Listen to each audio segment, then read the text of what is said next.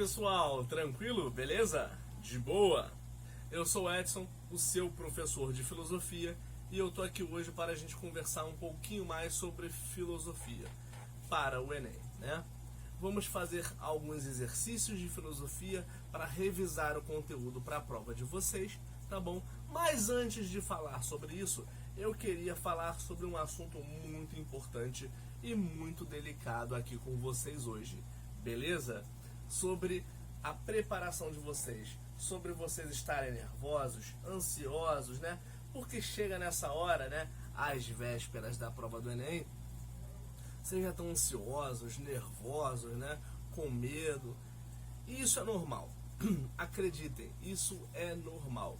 Mas agora é a hora de você relaxar, é a hora de você se preparar, revisando aquela matéria que você já viu e depois só esquecer, só dar uma relaxada e esquecer de Enem, tá bom? Vai aproveitando essa semana para você revisar conteúdo, o que você já viu, claro, né? E depois você dá uma descansada, você relaxa, você abstrai dessa preocupação, tá bom? Por quê?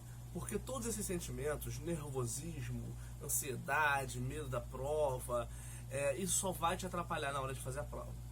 Acredite, eu já passei por isso, já passei por essa fase de vocês e eu vivi essas mesmas tensões na hora de fazer o Enem e não foi fácil, galera, né? Eu tive que aprender a lidar com essas questões para conseguir fazer uma boa avaliação.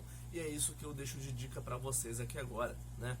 Relaxem, no último momento vocês relaxem.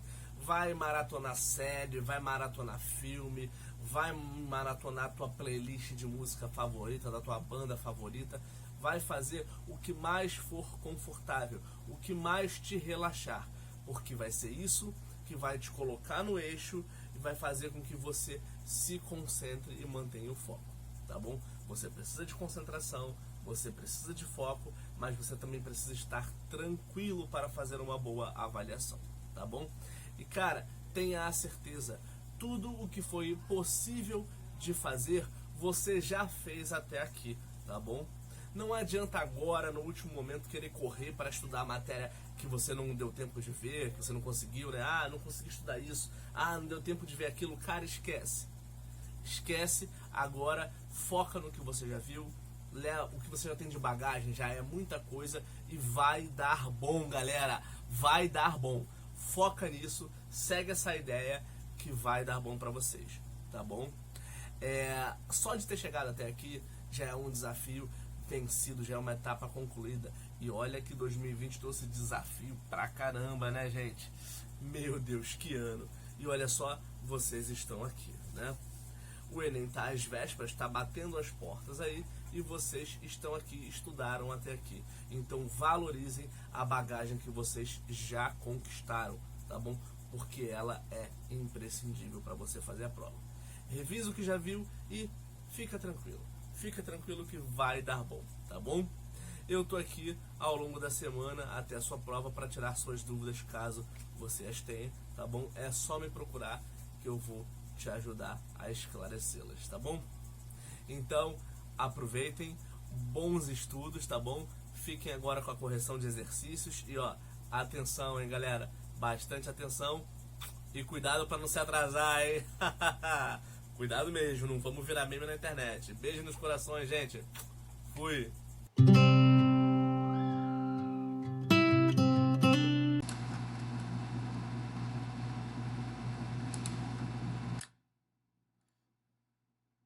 Então, pessoal, como vocês podem ver, né, a nossa questão número 1, ela já traz 2 textinhos aí pra gente ler, né, trazendo informação. Mas vamos seguir aquela orientação que a gente falou no começo, né? Vamos ver primeiro o que a questão pede, para depois ver se necessitamos realmente dos textos, tá bom? Olha só. Os trechos apresentam divergências conceituais entre autores que sustentam um entendimento segundo o qual a igualdade entre os homens se dá em razão de uma predisposição do conhecimento, submissão ao transcendente, tradição epistemológica, condição original ou vocação política, né? Ou seja, a gente realmente vai precisar dos textos nessa questão, né? Porque a questão está pedindo aí para a gente analisar as divergências conceituais entre os dois autores, né? O Thomas Hobbes e o Jean-Jacques Rousseau, né? Então vamos para o texto 1. Tudo aquilo que é válido para um tempo de guerra, em que todo homem é inimigo de todo homem, é válido também para o tempo durante o qual os homens vivem sem outra segurança senão a que lhes pode ser oferecida por sua própria força e invenção. Esse é o texto do Leviatã, de Thomas Hobbes. Vamos para o texto 2. O texto é do Rousseau. Não vamos concluir com Hobbes que, por não ter nenhuma ideia de bondade, o homem seja naturalmente mau. Esse autor deveria dizer que, sendo o estado de natureza aquele em que o cuidado de nossa conservação é o menos prejudicial aos dos outros, né, aos outros, esse estado era, por conseguinte, o mais próprio à paz e o mais conveniente ao gênero humano, né? Bem, a gente tem uma divergência, né, entre esses dois autores, pessoal, em que o Hobbes vai dizer que o estado de natureza do homem é um estado de natureza mau, né? O homem é mau por natureza, enquanto Rousseau diz exatamente o contrário. O homem é bom por natureza. Ambos estão falando sobre o estado de natureza. É importante deixar claro isso, tá bom? E o estado de natureza é aquele estado em que o homem ainda não tem convívio com a sociedade. Ele ainda não foi moldado pela sociedade em que vive, tá bom? É o estado natural, é o estado inato do homem, tá bom? Nesse caso, ambos falam sobre a condição original. Portanto, olha só, pessoal, letra D, beleza? A condição original, ou seja, o estado de natureza. Um vai divergir do outro. Um vai falar que o outro é mau, Hobbes, e o outro vai falar que o homem é bom, Rousseau. Mas ambos vão falar sobre a condição original, beleza? Vamos lá para a questão 2? Olha aí, ó. Questão 2 está trazendo já um outro conteúdo para a gente. Vamos dar uma olhadinha. No ambiente cultural do antigo regime, a discussão filosófica mencionada no texto tinha como uma de suas características antes mesmo de ver as alternativas, já podemos perceber que a questão, né, o texto está pedindo que você leia o trecho do fragmento acima, né? Então a gente vai ter que ler o textinho novamente. Vamos lá. O século XVIII é, por diversas razões, um século diferenciado. Razão e experimentação se aliavam no que se acreditava ser o verdadeiro caminho para o estabelecimento do conhecimento científico. Portanto, tempo almejado.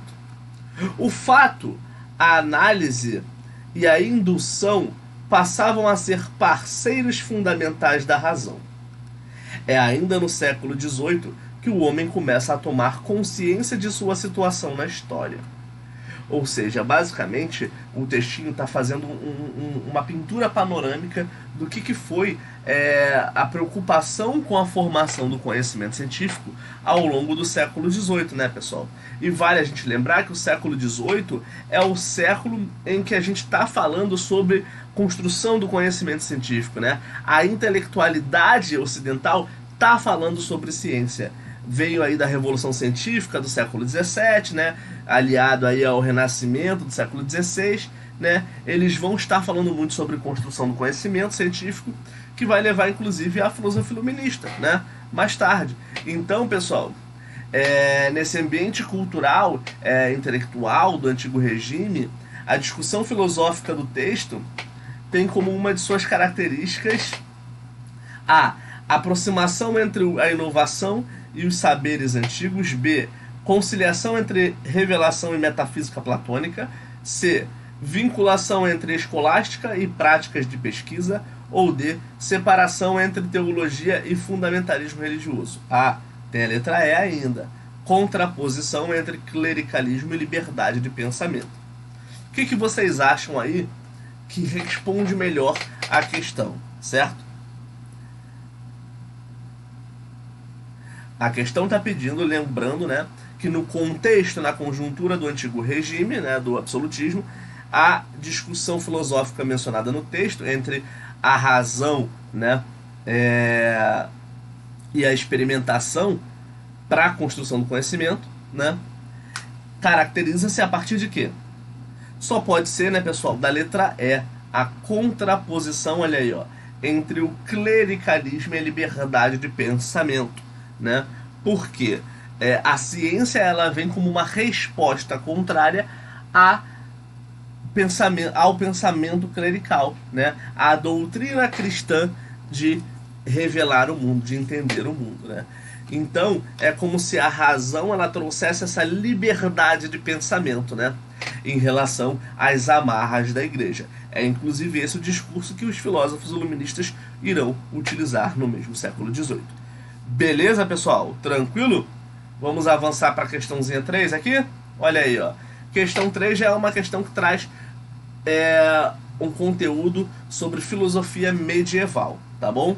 Olha aí, o texto apresenta uma elaboração teórica de Tomás de Aquino, caracterizada por... Caraca, olha só, pessoal, mais uma questão que faz a gente ler o texto. Mas essa questão tem uma chave secreta. Se você tiver domínio total do conteúdo, souber o que é a proposta filosófica do Tomás de Aquino, você não precisa ler o texto, tá bom?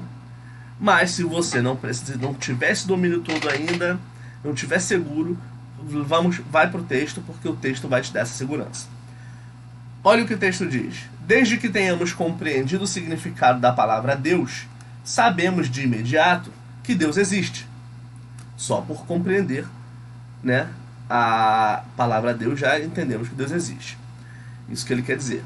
Com efeito, essa palavra designa uma coisa de tal ordem que não podemos conceber nada que lhe seja maior. Ora, o que existe na realidade e no pensamento é maior do que o que existe apenas no pensamento. Donde se segue que o objeto designado pela palavra Deus, que existe no pensamento, desde que se entenda essa palavra, também existe na realidade. Por conseguinte, a existência de Deus é evidente. Caramba, que textinho complexo, né? Mas vamos lá. Ele está querendo dizer basicamente que se nós entendemos o significado da palavra Deus, né? Entendemos Deus como um ser criador maior do que tudo, logo nós entendemos na realidade o que é Deus. Então Deus existe no pensamento. Por que Deus existe no pensamento? Atribuímos uma identidade para Deus, né? E explicamos essa identidade, conseguimos compreender o significado dessa identidade. Então, ele também existe na realidade. E se ele existe ora no pensamento, ora nas ideias, né? Ou ora na realidade, na experiência, então, logo, isto é uma prova concreta de que Deus existe para Tomás de Aquino, tá bom? Essa é a reflexão. Bem, que se você domina o conteúdo de Tomás de Aquino, você já sabia, né? Então vamos ver aí o que vocês acham que pode responder melhor esta questão. O texto apresenta uma elaboração teórica do Aquino, caracterizada por... Qual a característica do que está presente no texto? Reiterar a ortodoxia religiosa contra os heréticos, ou seja, fortalecer a religião ortodoxa contra aqueles que eram hereges? É isso que ele está tentando no texto? Ou letra B, sustentar racionalmente a doutrina alicerçada na fé? Será que no texto dele ele está tentando sustentar racionalmente, ele está tentando evidenciar, provar racionalmente essa doutrina religiosa que tem um alicerce à fé? Ou C, explicar as virtudes teológicas pela demonstração? Ele está tentando demonstrar as virtudes da teologia? Ou letra D, flexibilizar a interpretação oficial dos textos sagrados? Bem, ele está tentando mostrar que tem mais de uma opção de interpretação para os textos sagrados? É isso que ele está fazendo no texto? Letra E, justificar pragmaticamente crença livre de dogmas. Ele está tentando justificar empiricamente, pragmaticamente, a crença livre dos dogmas, ou seja, a livre interpretação. É isso que ele faz nesse texto? Ou ele está tentando basicamente sustentar, provar evidenciar com certa racionalidade, com certa lógica, né, a doutrina cristã. Acho que é isso que ele faz, né? Portanto, pessoal, olha aí, ó, letra B, né? Sustentar racionalmente a doutrina alicerçada na fé. A doutrina cristã. Né? Sustentar racionalmente significa provar ali, por A mais B, né, que Deus existe. Beleza? Ele está tentando buscar uma lógica para provar que Deus existe. Show? Vamos para a questão 4 então, pessoal. A questão 4 ainda é uma questão que fala sobre filosofia cristã, beleza? Vamos ver aí. A questão da eternidade, tal como abordada pelo autor, é um exemplo de reflexão filosófica sobre... Então, tal como apresentada pelo autor, né? Abordada pelo autor. Temos que ver o texto de novo. Só tá dando questão que tem que ver texto, né? Para dar trabalho para vocês, olha aí, ó. Não é verdade que estão ainda cheios de velhice espiritual aqueles que nos dizem que fazia Deus antes de criar o céu e a terra, se estava ocioso e não realizava. Dizem eles, por que não ficou sempre assim no decurso dos séculos, abstendo-se como antes de toda ação? Se existiu em Deus, um novo movimento, uma vontade nova para dar o ser a criaturas que nunca antes criar, como pode haver verdadeira eternidade se nele aparece uma vontade que antes não existia? Né? O que ele está dizendo? Né? Como é que pode haver eternidade se a própria vontade de criar o ser humano, né, ela foi datada, né? Não existiu sempre. Se o homem não existiu sempre, então essa ideia de eternidade ela já se desfaz, porque o homem não foi eterno, né? Essa ideia do homem não é eterna, né? Então vamos ver, né? A questão da eternidade é um exemplo de reflexão filosófica sobre a essência da ética cristã, natureza universal da criação, certezas inabaláveis da experiência, abrangência da compreensão humana e interpretação da realidade circundante, né? Interpretação da realidade circundante é uma coisa até engraçada, né? Porque é uma realidade que volta, né? Não tem fim. É sempre vivendo em círculos, né? Sempre voltaremos ao mesmo ponto. Certezas na abrangência da compreensão humana, ou seja, o quanto o homem consegue compreender ou não compreender, né? Os limites dessa compreensão sobre a misticidade impressa na ideia de Deus, né? Certezas inabaláveis da experiência, né? Ou seja, certezas absolutas, incontestáveis da própria experiência. Não tem como você comprovar Deus apenas pela experiência, então isso já mata um pouco a letra C. A letra B, natureza universal da criação. Bem, se essa natureza universal da criação, isso contrapõe um pouco a ideia de criação a partir de um ser, a partir de Deus, né? Essência da ética cristã. Não estamos falando bem de ética nesse texto, né? Bem, essa é uma questão um pouquinho mais complexa para fazer vocês pensarem, mas essa questão da eternidade, mostrar o pensamento sobre a eternidade, né? Entender que se o homem pensando sobre Deus, que se Deus nem sempre criou, nem sempre teve essa ideia de criar o homem, se houve outras coisas antes de criar o homem, então isso significa que a gente não fala de uma eternidade tão concreta assim. Então isso bota aí uma certa limitação a essa ideia de eternidade. Olha como a gente está, olha como o pensamento humano ele está abrangente, né? Ele está indo além da experiência, ele está indo ali para uma metafísica quase, né? Praticamente. Desse modo aí, ó, nós temos a letra D como a resposta correta, a abrangência da compreensão humana, tá bom? Vamos para a questão 5? Olha aí, ó. Questão 5 é uma questão que vai falar sobre o iluminismo. Correlacionando temporalidades históricas, o texto apresenta uma concepção de pensamento que tem como uma de suas bases correlacionando temporalidades históricas, pessoal. Olha aí. Estamos falando aí de uma questão que tem muito a ver com história, né? História da filosofia, afinal. Vamos ver o textinho. Fala-se muito nos dias de hoje em direitos do homem. Pois bem, foi no século XVIII, em 1789, precisamente, que uma Assembleia Constituinte produziu e proclamou em Paris a Declaração dos Direitos do Homem e do Cidadão.